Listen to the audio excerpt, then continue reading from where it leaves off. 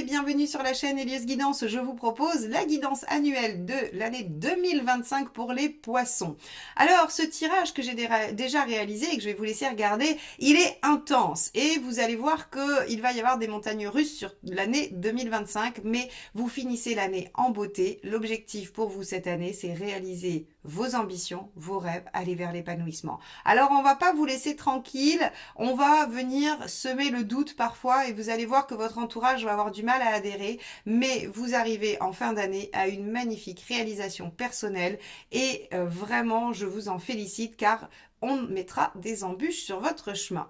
Donc je vous laisse regarder cette guidance, mais avant ça, bien évidemment, vous le savez, il est nécessaire que vous soyez abonné à cette chaîne pour la développer, m'aider et m'encourager à continuer ces guidances que je vous propose mensuellement sur un plan général et sentimental et annuel quand vient la nouvelle année.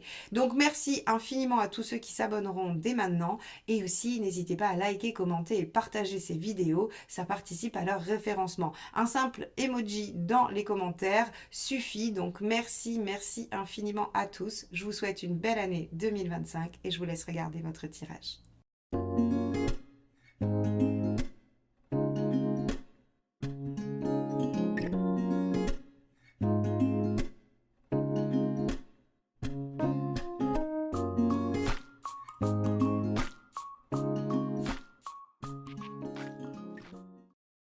Regardons votre roue astrologique de plus près.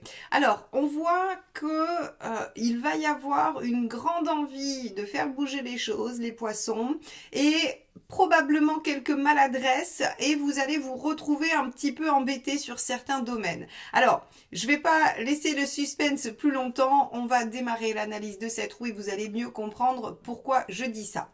La maison 1 avec la roue de fortune nous indique une volonté d'avancer, de faire bouger les choses, de créer du nouveau, ou en tout cas du mouvement, à minima du mouvement, à maxima démarrer un nouveau cycle de vie, ouvrir de nouvelles perspectives et amorcer une nouvelle dynamique dans votre vie. Donc vous êtes plutôt dans quelque chose qui va être actif, où vous allez poser des actions, vous allez mettre en œuvre des choses.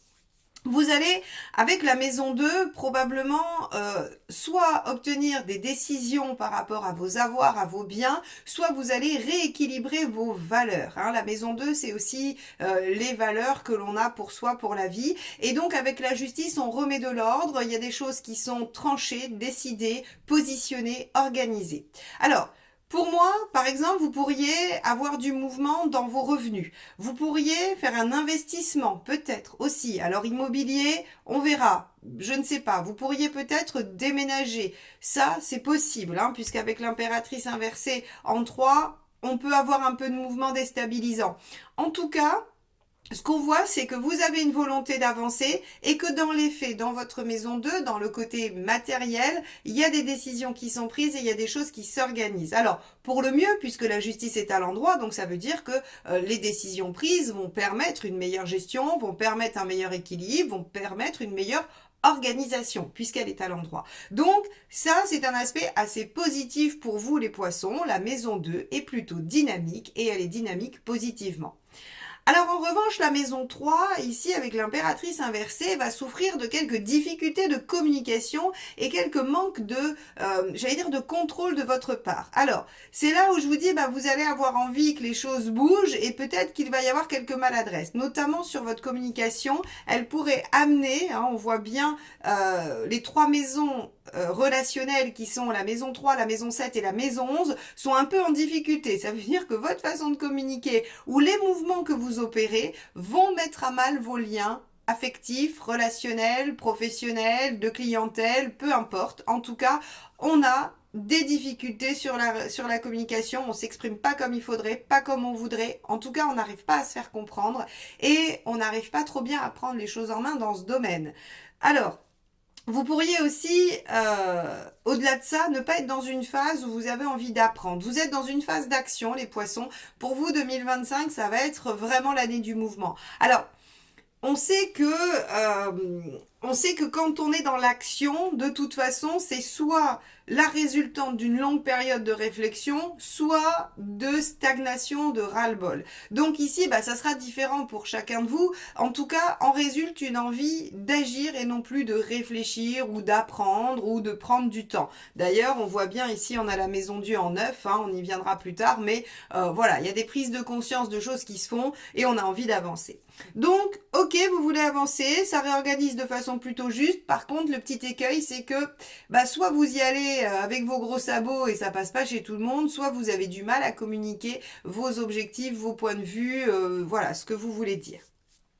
Alors, qu'est-ce que ça provoque dans la maison 4 avec la papesse inversée? La maison 4, c'est votre foyer, c'est alors votre foyer intérieur, c'est-à-dire vous-même, mais c'est aussi là où vous vivez. Alors, vous allez poser des actions, encore une fois, papesse inversée, je me mets en action, hein, je décide d'arrêter de réfléchir, ou alors j'agis avant de réfléchir, c'est soit l'un soit l'autre. En tout cas, on pose des actions dans le foyer. C'est peut-être ça d'ailleurs, hein, on voit avec l'impératrice inversée et la papesse inversée ici. Moi, j'ai envie de vous dire, attention à ce que les actions que vous posez dans le foyer soient bien comprises, soient bien entendues par les autres personnes concernées. Parce qu'ici, on voit que ben, ça pourrait vraiment poser problème et ça pourrait déstabiliser l'empereur inversé là en 5. On pourrait avoir une déstabilisation de vos projets, de vos envies, de ce que vous voulez voir advenir dans votre vie. Si je traduis ça, les poissons, vous pourriez avoir une idée très claire de ce que vous voulez, le mettre en œuvre, mais que ce ne soit pas compris par votre entourage. Et donc, que ça vous mette un peu en difficulté de vous sentir seul, de vous sentir incompris, et donc de ne pas pouvoir, j'allais dire, faire tache d'huile, c'est-à-dire que ce que vous mettez en œuvre et qui vous convient, vous aimeriez que ça s'harmonise dans votre vie. Et là, en fait, on a l'impression que ça grippe un peu en tout cas sur la sphère personnelle, hein, parce qu'on va voir que ça résout pas mal de choses sur la sphère extérieure, mais en tout cas sur la sphère intérieure, eh bien, il se pourrait que les gens autour de vous ne comprennent pas votre nouvelle façon d'agir ou les actions que vous allez mener, parce qu'en fait, elles ne vont pas leur paraître logiques et elles ne vont pas aller dans leur sens, surtout, puisqu'elles vont dans le vôtre, hein, donc ça peut pas aller dans le sens de tout le monde, évidemment. Donc ici, on voit que vous êtes dynamique, vous avez envie de réorganiser les choses pour le mieux pour vous, mais que ça pourrait venir grincer un petit peu à la fois dans vos relations quotidiennes et en même temps dans votre réalisation, dans votre personnalisation et aussi sur le foyer. En fait, si vous voulez, ce qui se passe, c'est qu'au quotidien, avec le chariot inversé, on voit que vous avez des difficultés à dépasser cette année. C'est-à-dire que chaque événement qui va se présenter va vous demander une résolution particulière. Alors, une résolution pratique, par le biais de décisions, vous allez voir aussi, je vais vous montrer la maison 8, votre challenge, mais il va falloir trancher, décider, réorganiser, et c'est comme ça que vous résoudrez vos problématiques au quotidien. Donc, on voit bien que vous êtes obligé de passer sur une phase active de mise en place, de mise en œuvre de choses, mais encore une fois, c'est pas si facile que ça d'harmoniser la totalité de votre vie. Alors, ça va créer des blocages avec les gens importants. Alors, la maison 7, c'est le conjoint, la personne avec qui on vit, mais c'est aussi les associés. Ça peut aussi être les gens qui comptent vraiment. C'est les gens, s'ils disparaissaient de notre vie, on serait malheureux. Hein. C'est vraiment, c'est ceux qui comptent au quotidien. Donc, avec le pendu et l'empereur inversé en 5, on voit que en fait, une mauvaise communication, une déstabilisation de qui on est, c'est-à-dire une remise en question de qui on est et de comment on fait les choses, vient apporter un peu de blocage. C'est ce que je vous disais, ça grippe un peu avec les gens importants pour vous. Alors, le pendu n'est pas une carte catastrophique. Le pendu vient juste nous dire qu'il y a des choses qui se bloquent, des choses qui se mettent un peu à l'arrêt. Par contre, il ne casse pas, il ne remet pas en question, il ne sépare pas, il n'éloigne pas, il ne fait pas se fâcher les gens. Il vient juste mettre de la stagnation dans une situation. Il vient juste permettre peut-être aussi de voir les choses sous un autre angle. Moi, je pense ici que si on parle du plan factuel, eh bien, votre nouvelle façon d'agir ou ce que vous allez remanier dans votre vie ne va pas permettre à votre relation privilégiée, on va l'appeler comme ça, d'évoluer. Elle va stagner parce que vous serez occupé par ailleurs. Mais surtout, ce que ça va aussi vous permettre d'un point de vue psychologique ou spirituel, c'est de prendre un peu de hauteur, un peu de distance par rapport à cette relation et du coup de la voir différemment. Alors, de la voir différemment dans quel but? De l'améliorer, de la transformer, de la changer. Ça, après, vous verrez bien. Ça sera l'année prochaine, a priori, parce que là, il ne se passe pas grand-chose. En tout cas, il n'y a pas de décision prise dans ce domaine-là. Les choses sont vraiment à l'inertie dans la relation privilégiée. Alors, si vous vouliez voir évoluer votre lien à votre partenaire, en fait, j'ai envie de vous dire, les poissons, c'est vous qui allez changer cette année. C'est vous qui allez modifier. La relation en elle-même, finalement, elle est toujours la même. Et la personne en face de vous va être toujours dans cette dynamique identique. Mais comme vous, vous changez et que vous posez des choses différemment, mais que vous communiquez pas forcément de façon efficace, eh bien, il se pourrait que ça n'avance pas. Mais vous, vous vous modifiez, vous vous changez. Donc, ça va avoir des conséquences plus tard. On a la carte de l'amoureux dans la maison 8. La maison 8, ça va être un peu vos challenges, vos défis, ce que vous avez à transformer cette année. Eh bien, vous avez à vous positionner, à choisir, à décider pour vous, pour le mieux pour vous, pour votre bien-être, à faire des choix du cœur. Il faut s'engager dans la voie que vous voulez voir advenir dans votre vie, les poissons. Et donc, c'est ce que vous faites à minima, j'ai l'impression quand même ici, avec cette roue de fortune et cette justice, où vous avancez et vous organisez les choses à votre propre avantage. Alors oui, ça va déplaire, oui, ça va désorganiser des choses. Mais en attendant, c'est exactement ce qu'on vous demande. Parce qu'en maison 9, votre évolution personnelle, eh bien, il y a la maison Dieu. Vous avez pris conscience de certaines choses. Vous avez eu des révélations. Hein, c'est vraiment ah mais oui, mais c'est bien sûr la maison Dieu dans la maison 9. Alors, ça va aussi bouleverser votre position sociale. La maison 9, c'est notre reconnaissance sociale aussi. Eh bien, ça vient bouleverser les choses parce que vous allez changer, vous allez poser des actions, vous allez réorganiser. Et vous allez surtout, hein, maison 10, je les relis assez vite, mais parce que finalement, ça raconte une histoire, toutes ces... Hein, on ne peut pas vraiment les prendre séparés pour vous, les poissons. Autant je les fais séparer sur les autres, autant vous, tout est conséquence de tout, en fait. Hein. C'est-à-dire que le fait d'évoluer, de vouloir faire avancer les choses, de réorganiser pour vous, ça va venir gripper un peu sur les relations personnelles, mais par contre, vous êtes en conscience que vous devez faire ce qui est utile pour vous et des choix qui vous vont à vous. Et stop le sacrifice, sauf stop, je fais pour les autres. Ça va amener où il y a des opportunités aussi professionnelles, extérieures ou sociales, donc vous allez aussi avoir envie de les saisir. Et ça, c'est une bonne chose, même si ça vous demande de changer de groupe, de désinvestir certains groupes pour en investir d'autres dans lesquels vous ne savez pas encore ce que ça va donner.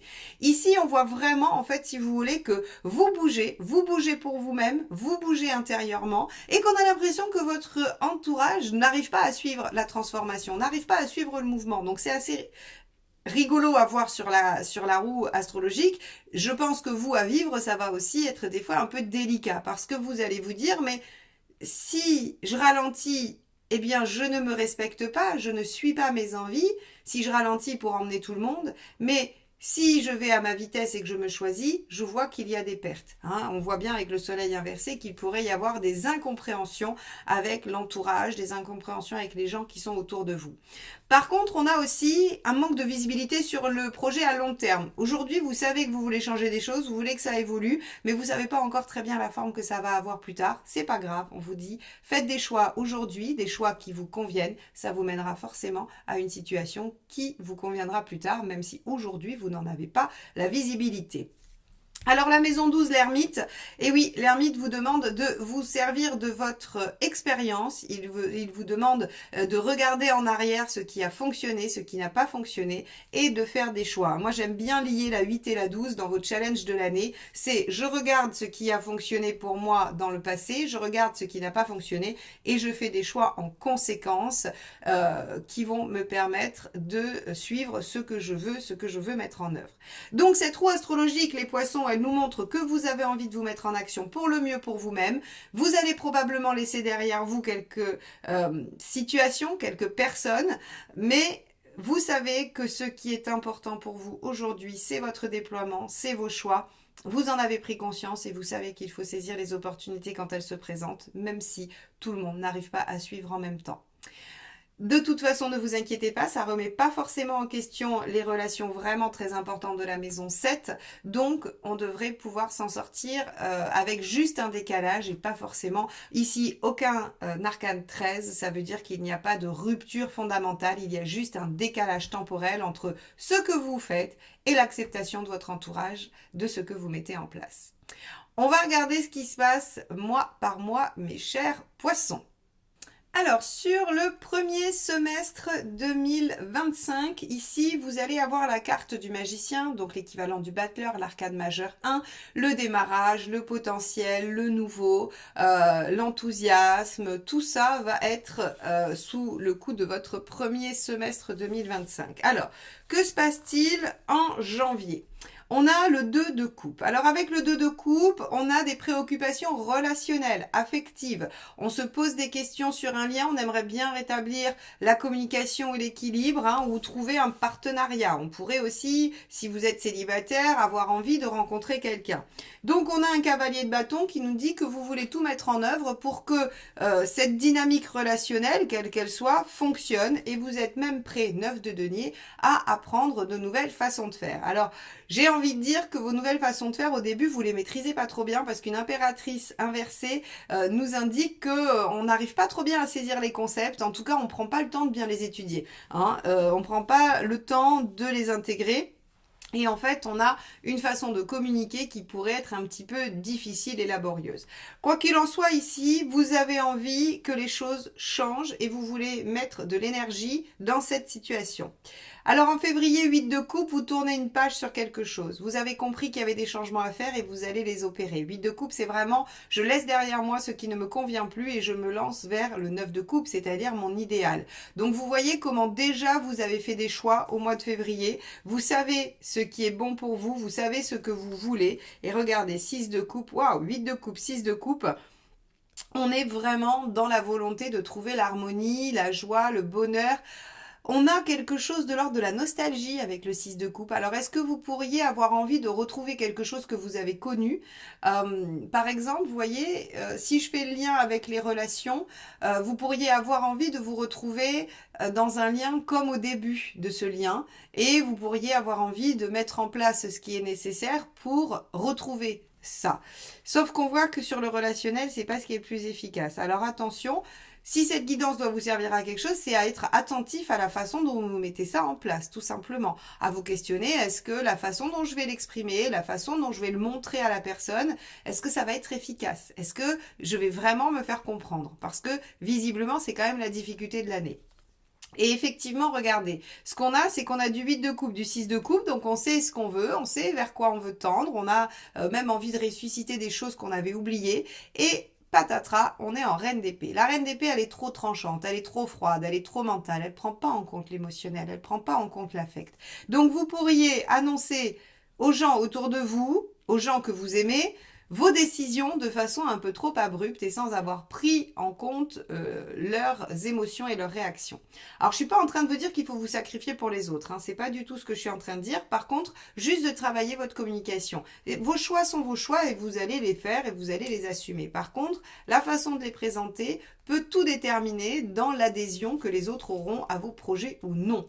C'est-à-dire que s'ils se sentent laissés pour compte, peut-être qu'ils vont s'y opposer et vous entraver, alors que si vous les intégrez, ils pourraient vous encourager et vous aider à les mettre en œuvre. Si par exemple vous présentez les choses à quelqu'un en disant j'en ai marre, je vais faire des choix pour moi et me déployer et tant pis pour toi, c'est pas vraiment la même chose. Que j'aimerais beaucoup que tu m'aides à me déployer cette année, j'ai une envie de réussir et je suis convaincue qu'à nous deux on pourrait arriver à quelque chose d'extrêmement positif. Vous voyez, ça ce sont deux façons de communiquer et on voit bien que l'impératrice inversée, elle a utilisé la première ainsi que la reine d'épée, alors qu'il faudrait utiliser quelque chose plutôt qui ressemble à la reine de bâton. C'est-à-dire j'exprime mes besoins et mes envies tout en respectant la personne que j'ai en face. Vous dites la même chose, vous parlez de votre envie de vous réaliser, mais l'autre se sent valorisé dans la place que vous lui accordez dans votre réussite. Allez, c'était un exemple, hein. Je ne dis pas que vous allez tous être dans cette situation, mais c'était juste un exemple pour illustrer mon propos par rapport à cette difficulté de communication et on voit que dès le début de l'année, tout le sujet est là-dessus. Alors au mois de mars, eh ben oui, forcément, la Lune, alors on va pouvoir l'éviter si on communique mieux, mais la Lune, bah, on se fait du souci, on se demande ce qui se passe, on est inquiet, on n'est même pas très enthousiaste parce que peut-être qu'il y a déjà eu des premiers conflits à cause de cette reine d'épée qui a été un petit peu trop rigide, un petit peu trop dure, hein. Et on a l'étoile. Alors, intéressant, on a la lune et l'étoile, c'est-à-dire que vous allez être inquiet des répercussions relationnelles et affectives et émotionnelles par rapport à l'opportunité qui se présente. Vous vous souvenez, vous aviez l'étoile en 10, il y avait des opportunités sur la sphère extérieure. Eh bien, elles arrivent dès le mois de mars. Et vous vous dites, ok, j'ai déjà mis les pieds dans le plat et maintenant je vais en rajouter une couche parce que vraiment l'opportunité se présente et vous avez très envie d'y aller, très envie de démarrer. Mais vous vous dites, est-ce que je vais vraiment continuer à massacrer mes relations ou en tout cas à les mettre en difficulté ou est-ce que, tant pis, je fonce. Là, vous en êtes vraiment à vous poser la question. On va aller voir ce qui se passe au mois d'avril et regardez ce qui se passe au mois d'avril, c'est absolument incroyable. Vous êtes obligé de faire le choix, l'amoureux, vous devez vous engager, vous devez prendre une décision. Vous avez les circonstances qui se sont présentées en mars et en avril, on vous dit, eh bien maintenant, il faut vous positionner. Et ici, 10 de bâton, vous avez envie d'en finir avec quelque chose qui est trop lourd, vous voulez atteindre un objectif, vous voulez vous libérer de ce qui vous pèse et amorcer une nouvelle action. Donc vous allez a priori faire le choix d'aller vers l'opportunité et vous vous projetez dans le futur lointain en vous disant peut-être que les sacrifices d'aujourd'hui sont nécessaires pour obtenir ce que je souhaite dans 6 mois, 1 an, 10 ans, 20 ans. C'est vous qui choisissez l'échéance. Donc, ici, on voit que vous êtes en question sur vos relations, sur vos liens. Il y a une opportunité qui vient remettre tout ça en question et qui vous inquiète, mais on vous oblige en avril à vous positionner. Que se passe-t-il en mai? L'ermite prend du temps pour réfléchir. C'est-à-dire que vous avez sur le mois d'avril réfléchi à vos choix, mais aucune lame d'action. Très bien, ça veut dire que vous réfléchissez encore sur ces choix. 5 de bâton, vous vivez un conflit intérieur. 5 de bâton, je ne sais pas. Il y a le oui mais à l'intérieur de vous. Ou alors vous en discutez et on vous oppose, votre entourage vous oppose son veto. Vous dit mais non, non, non, non, non, il ne faut pas. On est toujours avec cette dimension de si je fais des changements, ça va heurter et faire bouger mon entourage et vous avez peur de ça. C'est la seule chose qui vous freine. Vous savez qu'il y a un potentiel à déployer, vous savez que si vous y allez, eh bien ça va donner quelque chose de chouette. Encore une fois, quel que soit le domaine et quelle que soit la proposition, vous allez être les poissons dans une véritable réflexion de j'y vais ou j'y vais pas. Vous savez que vous devez y aller, mais vous avez peur des conséquences. Alors, qu'est-ce qui se passe sur le mois de juin? La justice, vous tranchez, vous réorganisez, vous décidez. Rappelez-vous, vous l'aviez dans la maison 2. Donc, concrètement, vous tranchez, vous décidez. Vous vous lancez avec le cavalier d'épée. Vous décidez de mettre votre fougue et votre intelligence au service de votre réalisation. Et vous vous lancez dans cette nouvelle potentialité, dans cette nouvelle idée ou ce nouveau job, cette nouvelle aventure, cette nouvelle action. Alors, regardez, on avait le magicien en première carte. Je ne sais pas si vous vous souvenez, je vous ai dit, il y a quelque chose qui démarre un potentiel. On voit bien que les 6 premiers mois sont effectivement basés sur j'ai du potentiel, j'ai des envies, je veux démarrer quelque chose de nouveau, mais je vois bien qu'il y aura des conséquences, je le négocie pas très bien au départ, du coup je prends le temps d'y réfléchir. J'en ai très envie, mais est-ce que je vais avoir le courage d'y aller? Eh bien oui, vous avez le courage d'y aller. Au mois de juin, vous prenez les choses en main, vous démarrez. Même si vous aviez déjà eu des prémices ici, on a vu qu'il y avait, vous avez pu amorcer certaines choses, mais vous reprenez le temps d'y réfléchir. Il y a de la mise au clair, il y a de la, il y a vraiment une réflexion qui est menée sur comment je fais pour négocier ce virage entre ce que moi je veux et les conséquences que ça va avoir.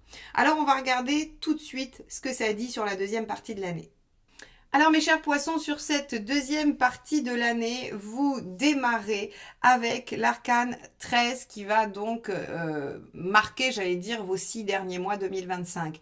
La transformation. Donc vous voyez la première partie avec le magicien qui nous indique que le potentiel se présente sur les 6 premiers mois et vous opérez les changements sur les 6 derniers mois de l'année. Allons voir comment vous amorcez ça. Alors au départ, en juillet, tempérance. On essaye de trouver un compromis, on essaye d'en discuter, on essaye de parler, on essaye peut-être même de convaincre qu'il est temps d'en finir avec quelque chose qui ne vous convient plus. Je pense que vous comprenez que votre dévouement, que votre, j'allais dire votre sacrifice pour que tout le monde aille bien, vous fait fait souffrir, vous porte vraiment préjudice et donc vous essayez de encore trouver un moyen de, j'allais dire, de clôturer cette période difficile pour vous, cette situation difficile, tout en essayant de ménager encore un peu la chèvre et le chou. Mais seulement, il n'y a pas d'issue. Ça marche pas. C'est-à-dire qu'il va falloir trancher dans le vif ou pas du tout. Mais tempérance ici ne fonctionne pas. Alors ça vous fait perdre confiance, ça vous fait douter sur le mois de juillet. Vous vous dites que vous n'allez jamais réussir à faire les changements. Pour autant, vous les avez amorcés en juin, hein. Vous les avez amorcés, mais vous avez à nouveau en juillet un léger doute ou en tout cas une difficulté à vraiment être OK avec votre choix. Pourtant, au mois d'août, eh bien, il y a ce roi de Pentacle qui nous dit que, ben, on sait pourtant, hein, on sait ce qu'on veut construire, on est solide, vous avez de l'arrière-plan, hein, vous savez très bien que vous avez raison. Le roi de denier, il est convaincu du bien fondé de ce qu'il va mettre en œuvre. En revanche, regardez, on a encore le 8 d'épée, vous manquez de confiance. Le mois de juillet, les mois de juillet-août hein, vont être le siège de doute et de réflexion. Regardez, on a l'ermite. Donc ici, j'ai envie de vous dire que en juillet-août, vous commencez à amorcer les changements et vous vous rendez compte que ça passe pas. Ça passe pas, c'est pas accepté, donc en fait ça vous fait énormément douter. Ça vous met en difficulté et vous vous dites mais est-ce que les autres n'auraient pas raison? Et est-ce que vraiment je dois faire ces changements? Alors, on a sur le mois de septembre le 10 de coupe. C'est-à-dire que vous savez ce qui est bon pour vous, vous réalisez votre idéal, vous avez en tête ce que vous voulez voir advenir dans votre vie et donc vous savez ce qui va vous rendre heureux. Et ici, pour vous, les choses sont claires, sont limpides. Vous vous rappelez de cette maison de Dieu qu'il y avait dans la maison neuve, je vous ai parlé de prise de conscience. Eh bien, je crois que sur le mois de septembre, on est dans cette prise de conscience que de toute façon, il va falloir avancer coûte que coûte. Tant pis si ça laisse derrière des gens. Et regardez, évidemment, bien sûr que ça va laisser derrière vous des choses. Soit vous allez devoir abandonner un comportement sacrificiel, trop empathique, qui veut le bien de tout le monde et qui s'oublie. Soit vous allez devoir laisser derrière vous des gens qui vous entravent et qui vous font souffrir, qui vous empêchent de vous réaliser. Soit vous allez devoir laisser derrière vous des idées, des façons de fonctionner, peu importe. Ici, on voit que sur le mois de septembre, vous prenez conscience de ce qui est bon pour vous, vous en êtes convaincu, vous reprenez confiance en vous, parce qu'il s'agit de ça, hein. Les 2 8 d'épée ici, c'est qu'en fait, on vous fait douter de ce que vous pensez, de ce que vous sentez et de ce dont vous êtes persuadé. Or, le mois de septembre est le siège de la récupération de cette croyance ferme et définitive que vous pouvez vous réaliser et qu'il va falloir faire des choix. Alors, regardez ici, en octobre, 5 de Pentacle, moi j'ai envie de dire que vous vous débarrassez de vos peurs. Il y en a encore un peu, mais vous sentez qu'elles sont plus d'actualité. Vous savez, le 5 de Pentacle, moi ce que j'aime bien, c'est que c'est des peurs qui sont pas fondées. C'est-à-dire qu'elles ont été créées à un moment donné de votre vie, vous avez vécu une expérience qui vous a fait générer ces peurs-là, et elles sont restées. Sauf que l'expérience vécue est partie, vous en avez tiré la leçon, vous avez réussi à gérer ça différemment, sauf que quand la situation se représente, la peur vient se représenter et vous pensez qu'elle est toujours d'actualité. Or, c'est pas le cas. Donc ici, le 5 de Pentacle, en octobre, vous fait prendre conscience probablement que les peurs doivent être lâchées et pour cause, le diable vous dit que vous devez reprendre le dessus et maîtriser la situation parfaitement. Vous devez la maîtriser, pourquoi? Pour faire des sacrifices. Et oui, il y aura des sacrifices à faire, vous le savez, ce n'est pas facile, mais vous savez aussi que votre bien-être, votre réalisation, votre épanouissement est derrière ces sacrifices. Alors regardez, c'est superbe. En novembre, il y a le chariot. Vous avancez, vous évoluez, vous prenez les choses en main et vous dépassez les obstacles. Magnifique chariot au mois de novembre qui vous permet, regardez, 7 de bâton, de défendre votre point de vue et d'avancer coûte que coûte. C'est magnifique, hein. Bien qu'on vous fasse douter et qu'on essaye encore une fois de vous toucher émotionnellement. C'est-à-dire qu'on viendra essayer de faire vibrer chez vous la corde émotionnelle, la corde affective pour vous faire renoncer à votre détermination. Sauf que regardez, on a à nouveau le diable hein, qui était déjà sorti là et qu'on avait aussi dans la roue. Eh bien, le diable nous dit que vous gardez le pouvoir, vous gardez la maîtrise en décembre. C'est vous qui décidez. Plus personne ne pourra vous dérouter. Vous êtes waouh, waouh, waouh. Waouh, le mois de décembre est juste incroyable. Le jugement, c'est la renaissance, d'accord? Vous êtes dans un nouveau schéma de vie, vous avez réussi à renaître, à faire valoir vos droits, à refaire vivre ce que vous vouliez vivre. Rappelez-vous, ici, je vous avais dit, on a le 10 de coupe et puis on avait du 6 de coupe aussi sur le premier semestre. Vous savez, cette nostalgie de quelque chose que vous vouliez retrouver. Eh bien, vous reprenez les rênes de votre vie pour faire ressusciter ce que vous voulez et surtout vous, c'est une vraie renaissance et regardez, vous êtes récompensé par l'univers d'une façon ou d'une autre ou par vous, par vos actions pour aller chercher l'épanouissement, le bien-être, la joie, le bonheur. Alors les poissons, vous finissez 2025 en apothéose. Ça a été difficile pour vous sur cette année de trouver le moyen d'aller chercher votre idéal, votre rêve et votre renaissance, mais vous y arrivez malgré les doutes, malgré tout ce qu'on a pu vous faire douter tout au long de l'année. Vous êtes vraiment dans un accomplissement. Et la transformation, l'arcane 13, effectivement, vous transformez votre vie, mais pour le mieux. Quel magnifique mois de décembre, je n'en reviens pas. Donc, vous doutez vraiment énormément sur l'été, mais vous vous rendez compte avec cette prise de conscience en septembre qu'il ne faut plus s'arrêter, vous lâchez vos peurs, vous prenez la maîtrise, vous dépassez les obstacles et vous réalisez ce que vous souhaitiez mettre en œuvre. Bravo à vous, c'est une magnifique année 2025.